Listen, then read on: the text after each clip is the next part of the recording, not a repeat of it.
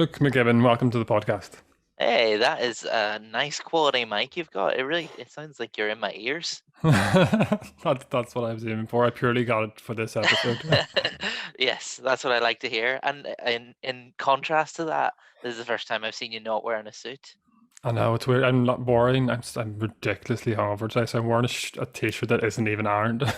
Right? Oh wow, that's so not you. I always imagine like if you take off that suit, you've got like another suit on underneath. That's just I, how you change. I might actually do that from now on. The end of my new set will be just stripping, but into another suit.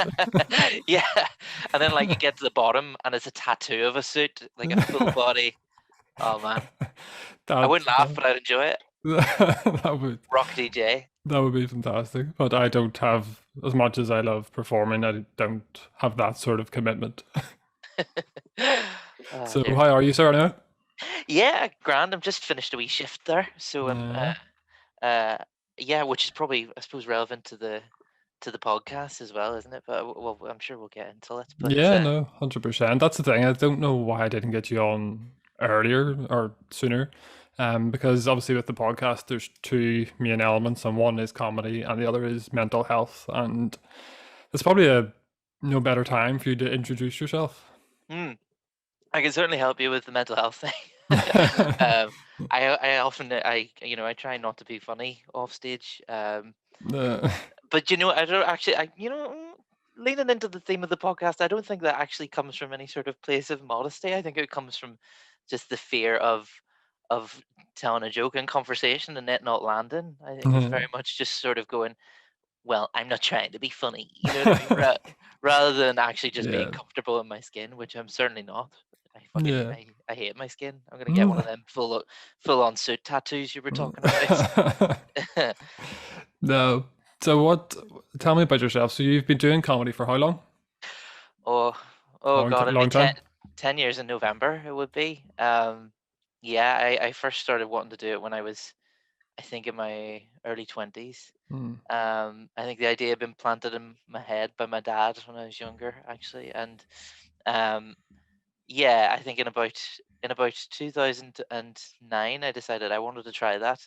And then immediately I waited 2 years before I did anything. I think I was trying to like, I think I was saying, and I have this same problem actually in my job as a counselor as well, which is Hmm. I can over prepare. So, I spent like a very long time trying to research what stand up looks like and watching specials of comedians I don't even like. Like I must have watched about like 50 of them in that period of time, all Yeah. just because I was like it was fooling myself into thinking I was doing action rather than just taking action, you know what I mean, and booking a Yeah. spot in an open mic. But I mean, it paid off in some senses too, because like whenever I did that first spot, I had a relatively competent set written. Yeah. I think. That's just as you mentioned there, like because people like always say to me, like, oh, I love to do stand up, I love to do stand up. And my only advice is do it. Yeah, It's- yeah, definitely. Like, I mean, nothing's the same as actually doing it. yeah. Do write a set though, as well. Well, yeah, yeah. Write some jokes, but Yeah. you can't really. You can prepare, like you can prepare your set, so when you on stage, you know what you're going to say. But Hmm. there's nothing to prepare you for, like how you'll feel or that Mm, sort of thing. There's literally nothing because I'm someone who is like riddled with anxiety for like days. Even if I'm just doing like a 5 minute spot, I will have anxiety for days before I go on. And mhm, I don't know if you've ever noticed or if anyone's ever noticed, but there's times even because obviously you run the pavilion on Monday night, mhm, or mhm. which Ooh, hasn't happened in a while, but yeah. hopefully soon. I run the idea of the pavilion now. Just the concept. Conceptual. Yeah. But there's times where I actually feel like I'm about to be physically sick just before I come on. I'll literally be standing at the bar in the pavilion, like Mhm. almost like trying not to be sick. And then whenever I get up, it's like I'm grand. It's such a weird thing. You do look very comfortable on stage, definitely. I think, yeah, you're quite. I suppose your height probably helps too, because I think any stiffness or rigidity comes Mm. off as just being a tall person thing, if you know what I mean. Yeah, yeah. Um, and it can. I think, yeah, I think it kind of channels. But I also do think that the suit thing does actually help. You really do look like you're meant to be there. Like I'm, You know. I look like I know what I'm doing. That's half the battle, isn't it? Definitely, yeah, yeah. I think every comedian has at least a suit phase. I know that you're Yeah. like an expert on suits, though. Like it was, I don't know. Is it still your? Are you Still still my job, yeah, still happy working. days? Yeah. That's sweet. Like, and I think everyone goes through a phase where they're like, oh, I should actually dress like I intend to do stand-up comedy. And then I don't know what happens. They'll just stop after a while. But I do think it, Yeah. it works. It works for you. I think it works for all of them actually. But Yeah, it is one of those things you said. There's a lot of the comedians, a lot of the local guys have had phases. I know Sean Haggerty used to wear a suit, I think, for a while, didn't he? For some of his gigs. Paddy McDonald, I think as well. Oh, really? Aye. And Mickey used to have the Yeah, yeah. waistcoat. Yeah. Oh, that was 2010. That was a different time. You got. I'm sure Mickey's tried to get like those "I'll find me the funny" clips taken off the. Actually, they are gone, aren't they? They I are think they gone. might be. I don't think any of that. Maybe Justin Timberlake filed a claim after seeing Mickey's hair. Probably. That would make sense. I Okay, do so miss those. that's comedy. So you've been doing comedy for a long Oh yeah, time, 10 years. 10 years in 10 November. years, and then so let's go to the other part of your life, which is that you're been a counselor for how long? Um, it kind of depends, really, how you think about it. Because Hmm. like, um, I've been getting paid to be a counselor for a year. But, I started studying it Hmm. when I was like 18. Right. And, Okay. it's not meant to take 12 years to become a counselor generally, but um, basically I did a university course that whenever I was 18 looked like it would qualify you. And it does not, because the ability of an 18-year-old to do research into that sort of thing isn't great. So, Yeah. so I did a university degree that didn't really do anything, and then kind of started over from there. And counseling training is about 4 years. And by the time I qualified, I was working in a different job that I quite liked, and I stuck with that until last year. So I've been doing counseling on the side for free since I Hmm. qualified in 2016 until last October. So, God, I'd never put it in that. I'd never put it in that scope before. It's a Yeah. long ass time. Like, but yeah, I've been working as a counselor first in a school in last October. Um, which became integrated after I left, which I don't take credit for, but I do like to point it out. The sheer uniting power of my presence has healed the troubles in that school. Um, So was it whenever you left though? So whenever you were there, we're yeah, like, yeah. When I was gone, I was encouraging division. I was like, hey, you know why you're depressed? Catholics. Um, That's not the clip I'm going to use. Yeah. Yeah, very responsible, very ethical. I'm sure it'll be upheld after this. But No, dear. yeah, like yeah, I was there for a bunch of months, and then I got a job in probably I'll not name it, but I work for a That's okay. crisis line for the Sure. Republic. Not because there's only the one crisis line up north. I actually work for one down south. So Right. I work Okay. from home, and with this headphone actually, and Yeah. calls from technically a different country, I suppose. And And how? Because it's quite a. I imagine it's a very difficult job emotionally. Like, is there anything? I know we sort of talked about comedy and not being able to prepare for it, but when it comes to your line of work, mm. is there anything that can prepare you for just talking to these people? Oh wow, yeah. It's funny because it's the same. It's the same about doing it, but Mm, obviously you shouldn't plunge into it. It's different in that you shouldn't plunge into it with no experience. You shouldn't be yeah. like, I want to be a counselor, and I'm just Just gonna start answering plunge phones. in. Yeah, yeah, pretty much just wander into Lifeline and be like, hey, what's the crack? I've got Um, this. yeah, yeah. Yeah. No, when you're training, they have this thing called triad work, which everyone hates but acknowledges as necessary, which is you Yeah. and two other students. Uh, get in a little group, and one part you take turns being counselor, counselee, Right. client, sorry, the counselor, client, and observer.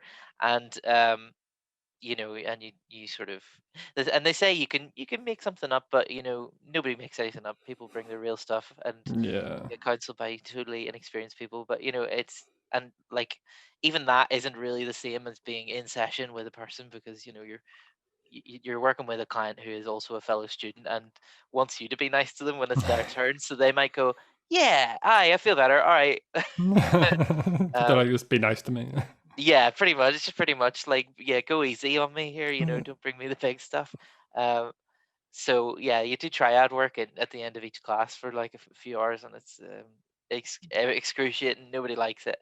Yeah, And then you would do a placement in your second year of, well, technically third year because there's two separate qualifications, but yeah, yeah, and because there's a certificate that's 1 year in counselling studies, and then there's 3 year foundation degree.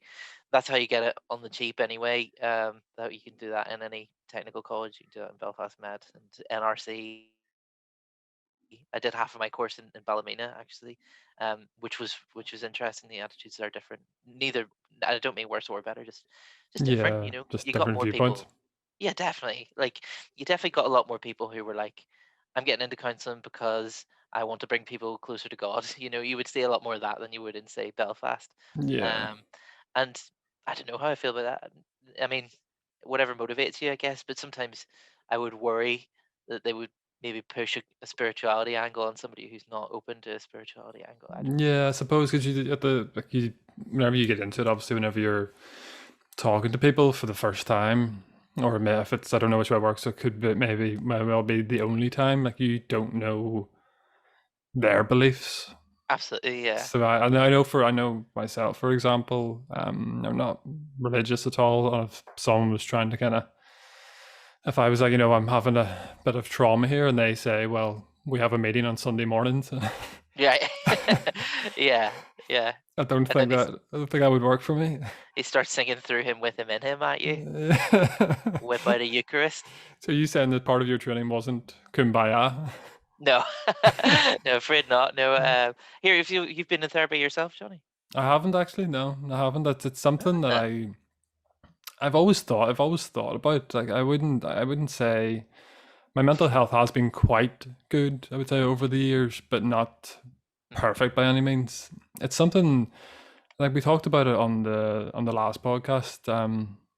And I kind of think that therapy should be something that not necessarily, and I'd love to get your opinion on this as well, not necessarily pushed on people, but mm, almost encouraged. And I think there needs to be, I think there's starting to become less of a stigma, but I mm. think it needs to be even more so. Sure, absolutely. I do think that, starting in the early 2010s, there was a massive shift in terms of stigma. And I, Yeah. I think that's great. I think maybe the difficulty is that stigma is kind of like all human suffering kind of changes its vehicle sometimes. So, Mhm. in the early 2010s, you would get people saying like, I'm not going to go to therapy. I don't want to appear weak. Whereas Yeah. now you're saying, and now you get people saying, I don't want to go to therapy because I don't want to burden the therapist when they have much more suicidal people than me to be dealing with, and Mm. like so many callers into crisis line. Well, in the crisis line I work with, I don't know about the rest of them, but Yeah. and so many people in face-to-face counseling, like one of the first things they'll say is, oh, I'll try not to take up too much of your time. We're like, oh, I'm sure you've got people much more at risk, um, and it's a difficult thing to counter, but I guess I would put it the way I would generally put it is that you know suffering can have like different sizes of cause, but Yeah. the suffering itself can be the same size. You know what I mean? So I would say, well, okay, well, let's say you broke your leg and your neighbor broke both of his legs. Right. You'd still have a broken leg. Oh yeah, you'd still be having a hard time. Sure, sure. And I guess sometimes I would also try and characterize it as, okay, sure, maybe you're not suicidal right now and you're just depressed. Just depressed. I know what you And mean. like this isn't me wasting my time. If you want, you could see this as being this is me doing preventative work from you becoming the people that you're afraid you're wasting my time away from. You know what I mean? That Yeah, it's the early stages. Sometimes mm, it could just be like a negative thought, yes, and absolutely. then and it is kind of, and that's one thing I think that I'd be quite good at for myself anyway. I'm quite good at recognizing my if I'm having a bad time, I can most of the time know exactly why it is. So yes, I'll have maybe Yeah, like a few weeks ago, it was really bad actually. It was just so much going on. We moved into a new apartment. I was doing Congrats. my thank you. I had my final uni assignment. I'd started back to work, so there was all this stuff at the same time, and I was barely sleeping. I just felt sad, like every day. I just felt sad. But I'm at the same time, I am quite good at being able to say, right, well, this is what it is. This needs to change, Hmm. and sort of just break it down for myself. It's like, right, well, I get the uni assignment done, so that's one thing to forget about. Hmm. We've moved into the apartment. That was done, but at the same time, stressful. Mm-hmm. Yeah, But moving's it hard. has been, I think, being able to recognize it definitely helps me because then I can start to maybe make even slight small changes to try and get my head in a better place for me as well. I might have mentioned in the podcast before, but I literally feel like a weight on my head. Like I feel like I'm wearing a really heavy hat. I don't know if you've ever Right. heard that before. I've not actually, Johnny, but it's interesting you should say it because a lot of where like contemporary psychotherapy seems to be leaning towards at the minute is towards sort of body work, and that that sometimes your emotions can have a physical representation, things like that. So Yeah. particularly in the more sort of and I'm hearing in a lot of American psychotherapists, sometimes as well as asking like, "How are you feeling about this?" It'd be like, "Well, where in your body do you feel that? Like, what does that feel like?" And Right. I suppose on the one hand, that can be useful in that turning your intention towards that bodily sensation. Sometimes that alone just makes it move or shift or change. There was a form of therapy in the 60s that was all about just that. Actually, it's called focusing by a guy called Gene Gendlin. But yes, it's sometimes just turning your attention to it allows it to change or go away. Yeah. But also, it's like allows you to become more aware of your emotions, and we all need to become more aware of the emotions that we deem unacceptable. Like, I'm Yeah. going to make a sort of broad uh, brushstroke statement or two in the next few sentences, but they say sometimes like, oh, men need to talk about their feelings more, and like what's really frustrating about that is people don't really explain what the fuck that means or how that works.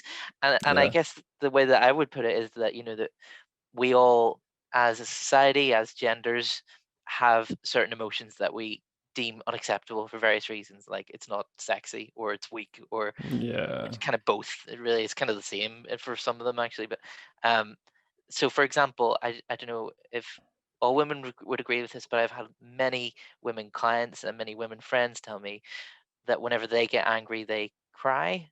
And to me, that's because of the sort of the cultural and social expectation of women not to be angry. So that energy goes somewhere else. That anger Mm. turns to sadness, and not recognizing it as anger kind of gives it more strength. And kind of the polar opposite in men, that to be sad is deemed unacceptable, and that it's unattractive or weak. So it's anger instead. So you get dudes who are really sad punching holes in walls, and Yeah. like so you see what I mean when I say it's a very broad general statement, but I'm more using it to illustrate an example of emotions that are unaccepted, and how perhaps paying attention to the emotions in your body gives you the chance to see them and accept them. And Yeah, no, that makes total sense.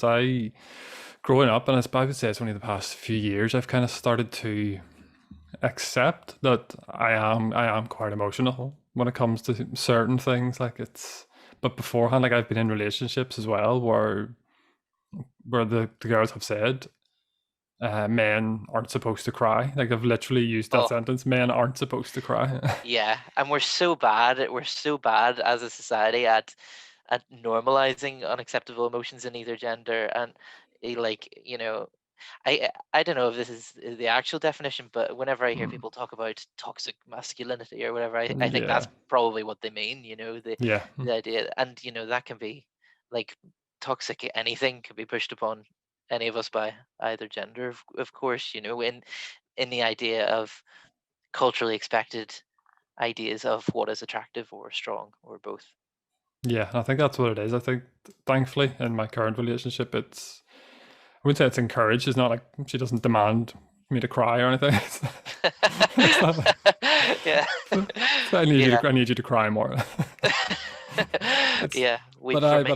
but I have been even just as even when I was young, I was always just very emotional about Mm, certain things, and growing up it was fine. It wasn't until I became, I would say, like a young adult, I Mm, think that's, I don't know if it's just like peer pressure and all that sort of stuff. And as you say, it's just a societal thing of the men aren't supposed to. mm, That's what sort of drilled into you, that you're not supposed to. And it's holding it back. 'Cause that's what I used to do for years. I would literally just push things down mm, mm, for a long, like for years sometimes. I would just mm. push things down. And this isn't a brag, but I got really good at it. Really good at repression. Yeah.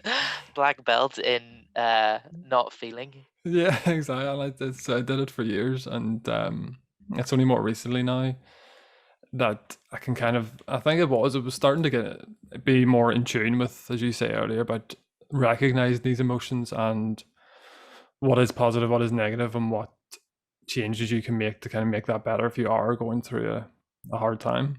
Mhm. So Definitely, yeah. Sorry. talking about obviously the role that you're in is incredibly difficult. How do you switch off from that? Um, d I'm not gonna have a very good answer to this one. I don't usually take a lot of stuff home with me in a way that I see my colleagues often do. Mm, I think I've had like I think I've had a lot of the bad parts of empathy just deadened through years of the internet, right. Okay.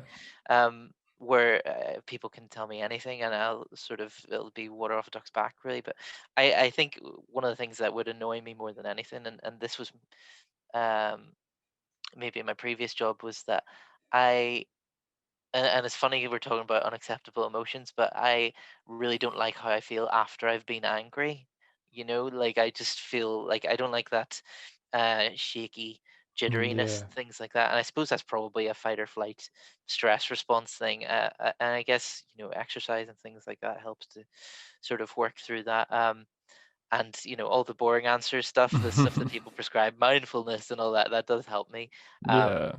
but also some of the further ideas of Buddhism that aren't prescribed often, because mindfulness is this tremendously helpful tool to have, but also, there's other forms of meditation, such as there's like a of meditation called metta or loving kindness, which is where you, well, first of all, you think of somebody in your life that you love, and you think, may you be peaceful, may you be Mhm. healthy, may you be happy, and then you think of somebody that you love maybe just a little bit less, and you try and you say, oh, maybe peaceful, maybe healthy, and then you work towards basically people that you hate, and then the sort of the world as a whole, and the idea being that you can increase your ability to love. It's not like I'm not thinking of it as magically projecting love to these people, so Yeah. much as I'm trying to plant the seed of being able to be more loving to others. So there's metta. There's something called karuna, which is the same but for compassion. There's something called upekkha, which is meditation for equanimity. So that would be about trying to stay chill. And what was the last one? Fuck. Dalai Lama's gonna give me a dig in the bake for this. Was it something you found difficult at the start whenever you first started actually getting into it? I think for the first bunch of years, well, see, I started my placement in 2014, so I've technically been counselling since then. Yeah. Um, so I think the big battle, more than the anxiety of seeing the clients, which did actually pass largely after the first few years, was more the feeling of imposter syndrome and sort of going, "Ah, you're not a real counselor, you're not a real the idea of getting paid for counseling seemed so daunting for a long time. It was probably one of the reasons I stayed at my last job for quite a bit longer than I maybe I should have actually. Um and I think it's going to be something that I'll probably wrestle with for the rest of my career, because you hear about people in their 40s and 50s doing this job, and they still think that someday the council employees are going to come in and tell you, you know, you're doing it wrong basically, and you were secretly incompetent the whole time. Um, but the anxiety over clients, yes, difficult. Um, Difficult for the first few years, but I do think it's more tied into that imposter syndrome thing than anything, because where I was on placement and where I stayed counselling until I managed to get a paid position, it was well, it has this great policy, and I'm not really sure if anywhere else in Belfast or Northern Ireland is doing this, but you could literally just walk into the place off the street without an appointment and see somebody if they were free. Right. And that's great for society and for the client, and quite difficult for you as a counselor, because you could be expecting to sort of sit down for an hour or two and be seeing nobody, and then suddenly boom, you've got like a client. So that would make me quite anxious. um and I think also, given the nature that it was free and that it was so easily accessible, I think that meant that people were far more easily inclined to not show up to a session they were booked in for. And Right. Yeah. so I think I remember the first 5 minutes before somebody came in, I'd be like, "Ooh," anxious, and then the first 5 minutes after, whenever they weren't there yet, I would be sad, because I'd be like, "Oh well, they didn't come because I'm a shit counselor," blah blah blah, and so these are the little games you end up playing with yourself. Is it Which something that you can see yourself doing like for as long as? Yeah, definitely. I think it's difficult because like, I've only been doing it paid for a year, so I only feel like I've been doing it properly for a year. Whenever Yeah. I was doing it for free, I would be doing it 7 hours a week, and now I'm doing it 26, hours a week. So it's hard to tell. In terms of working on a crisis line, I could do that forever. I really enjoy it. Yeah. I love it. I would. I'm not so sure about face-to-face counseling, but only because I haven't done it since I left that school there in February. Um, and there I would have been seeing about I would have been seeing about 10 to I would have been there 10 to 15 hours a week. So it's purely about the maths. I don't know if I could do it forever. If I was seeing face-to-face clients 26 hours a week, it would be Yeah. difficult. The It thing must about it, be it must sorry. be rewarding as well. I know we kind of talked about this, the difficult aspects of it, but Mm. obviously your job provides a service that helps these people, so there must be some element that it is very rewarding. It can be, definitely. It can, yeah, like it can be really rewarding. And sometimes, you set your bar so low in your head that, like, you feel incredibly rewarded because somebody's managed to, you know, go outside today or something. And that's, Yeah. I mean, that should be where you set the bar anyway. If that's where they're setting their bar, that's Yeah. where your bar is. Because sometimes you have to set your bar low to be able to give yourself them endorphins to be able to do the next thing. Yeah. It's just Um, small steps. yeah, absolutely. Small steps, like, uh, but yeah, no, really rewarding, definitely, yeah, yeah. And one of the aspects of it, though, and I would try and do this um, often, is like allow myself to feel that reward, but also whenever a client's lavishing praise on you, to push it away a little bit, because if you take all the credit for you know Yeah. and to be honest, they are doing the hard work. Like, Yeah. if somebody manages to go outside for the first time in a year, like, yeah, well, I mean, well done me a bit, but also, well done this person for overcoming this crushing fear that they had for a long time. Yeah. Um, like, so, and that would often be the phrase I'd use, is like, well, you did the hard work, like, and Yeah. And that's the best way it's the best way to look at it. And you're right, it is true. You are helping, but it must be so incredibly difficult for these people, as you say, even just to leave the house for a day at times. absolutely, yeah, yeah, this is it. Like, and sometimes, all you can do is hold the space for somebody, or just try and have a little poke or prod at their perspective. Yeah. Um, or just be nice. One of my favorite theoreticians of counseling was a guy called Carl Rogers, and tremendously warm, nice man. And um, his one of the big takeaways that people take from his work was that there's like three core conditions of, well, there's six really, but there's three of them worth mentioning. Yeah. And three core conditions in any counseling relationship that has been successful, and those core conditions are empathy, congruence, which on a simplistic level just means genuineness, but it's got a bit more to it than that, and unconditional positive regard, which can also be simplified to non-judgment. So like, any successful counseling relationship, well, one of the ways I would put it is anytime somebody's talking about an unsuccessful counseling relationship they've had, because everyone, I think, has a bad counselor story, you can Right. usually you can usually ask them about it, and it will come to a failure in one of those three things. Like the counselor wasn't empathetic enough, the counselor seemed disingenuous or wasn't being whole with them, or the counselor seemed judgmental in some aspect, or um, wasn't able to, or they didn't feel comfortable enough expressing everything to them because that non-judgment wasn't communicated to them enough. So I think like whenever I'm struggling with a client or I don't know what to do with him, I always think, just fall back in those core conditions. Yeah. If you can be those, then something can happen still. It's just keeping that sort of mindset throughout the whole process. Yeah, definitely. Yeah. That's fantastic. I really appreciate you talking about that because it's something we haven't Thanks. really touched on the podcast. We've been talking about mental health and people's stories and things, but it's nice to get that perspective. Mm, I'm glad. Is it annoying that local MPs are also called councillors? Oh my God, that's very insightful because you know, it's purely in my head. Like whenever nobody's ever said, "Oh, do you mean like a counselor on the council?" No one's ever said that. But anytime I say it, sometimes I have to stop the urge to go like mental health counseling, not just counseling. Not in the DEP. Yeah, yeah, yeah. Pretty much. No, that's great. So we'll move on to. Did you prepare three things? Did you I did. remember? I did. So I've this is got the 'em here. segment that doesn't have a name, but it's the kind of fun part of the podcast. Okay. I like to think anyway. I haven't got any feedback on that yet, but we'll see. Don't ask for it. Don't. Put It's that in a so. little box in case you need it one day. So it's three things that drive you insane. So it's basically just a rip off of an old BBC show with Frank Skinner, if you remember. I do. So that's gonna completely rip that off, but it seems to work.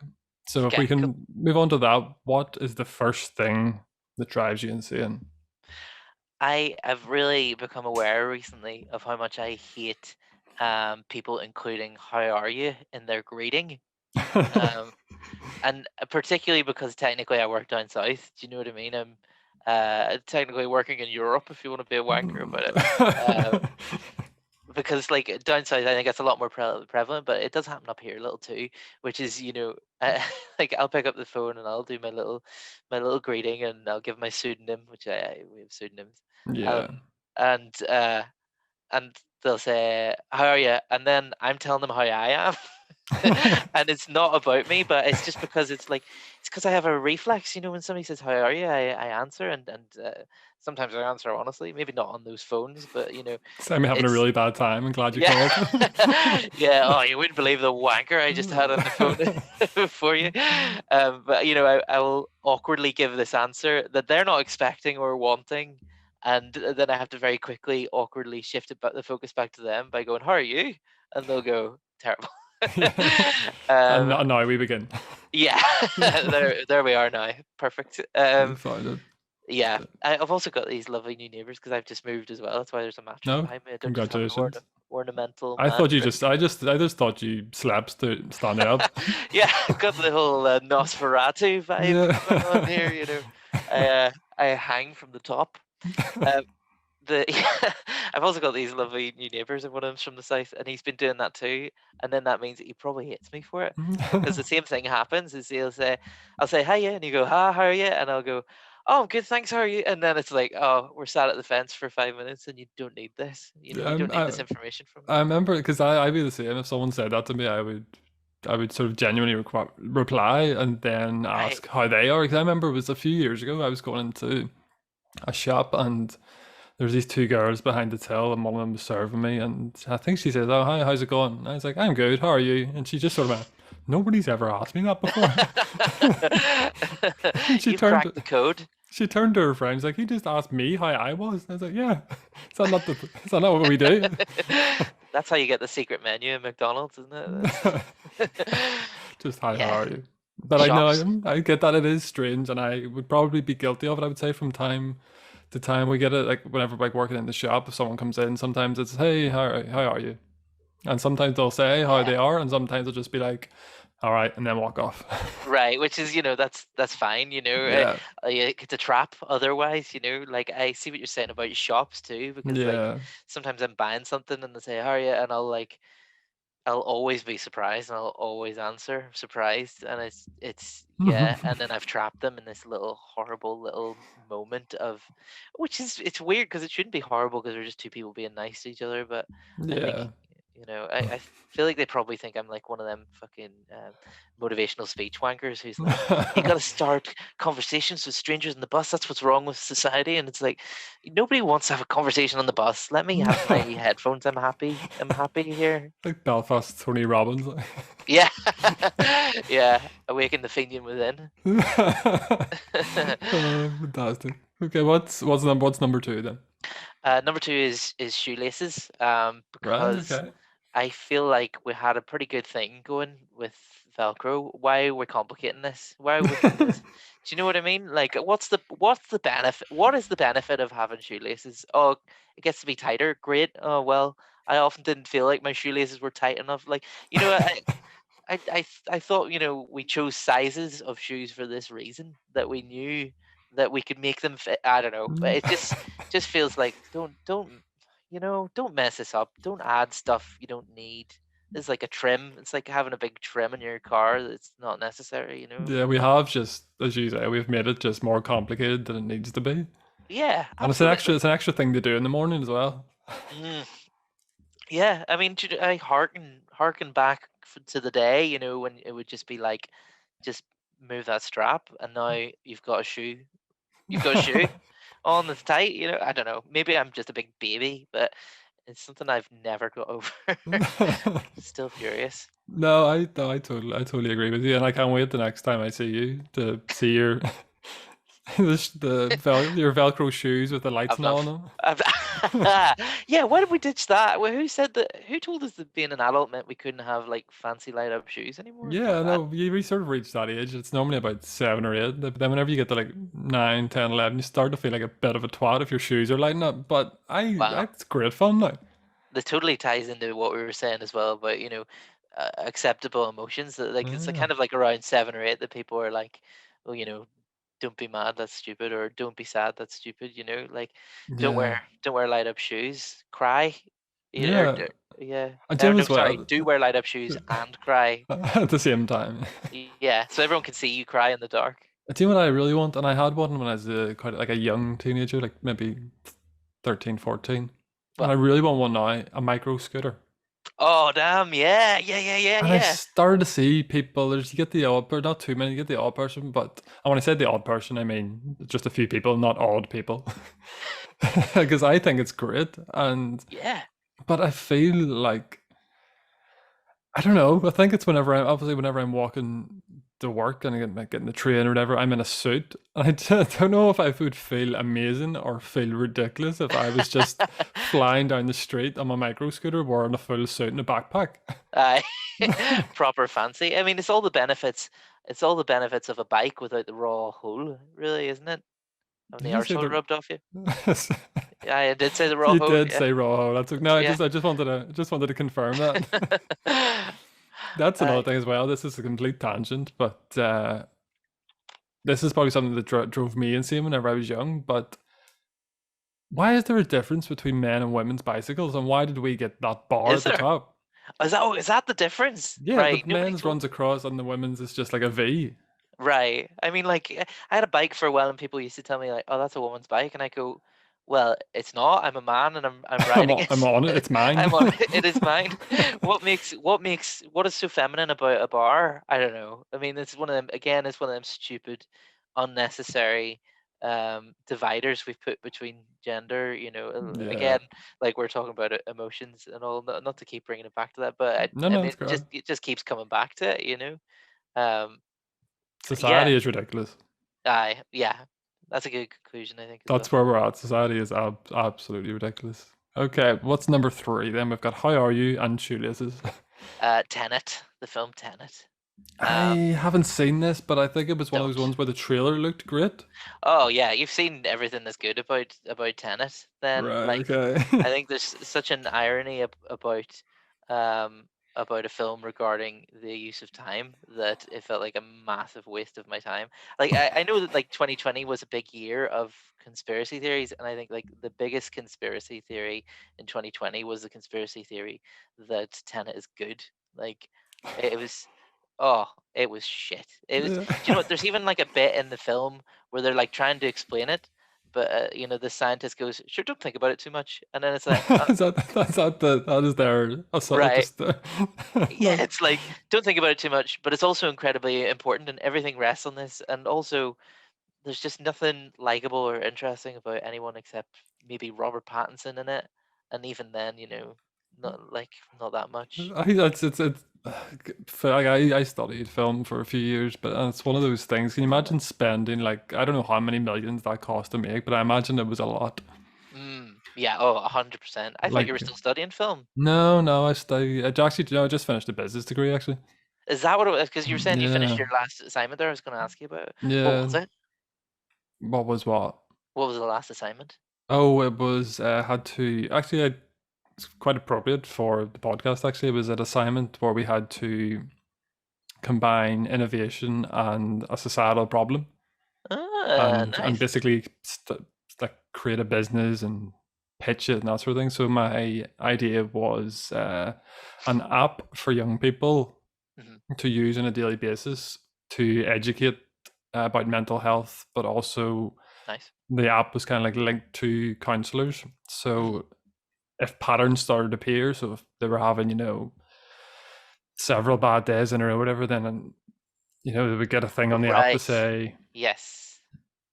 maybe get in touch with a counselor, or someone could contact them through the app. So That's a good idea. yeah, no, I liked it. It was Yeah, something yeah. I kind of felt strongly about.